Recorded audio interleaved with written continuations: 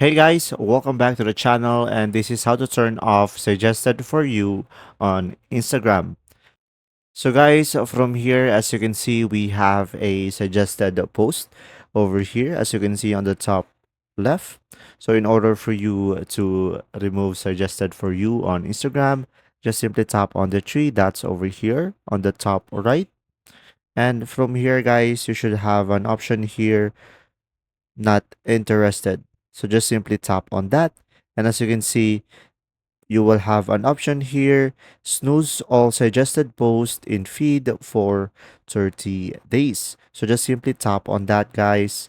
And from there, you'll be able to remove suggested for you on Instagram for 30 days. So another option that you have is just simply tap on the Instagram logo on the top left. And from here, guys, just simply toggle on the following over here. And from here on the following, you'll be able to only see the post of the people who you followed will be filled with the accounts that you followed. So from here, you'll be able to remove the suggested for you as well. If this video was helpful, please like and subscribe. Thanks for watching. See ya.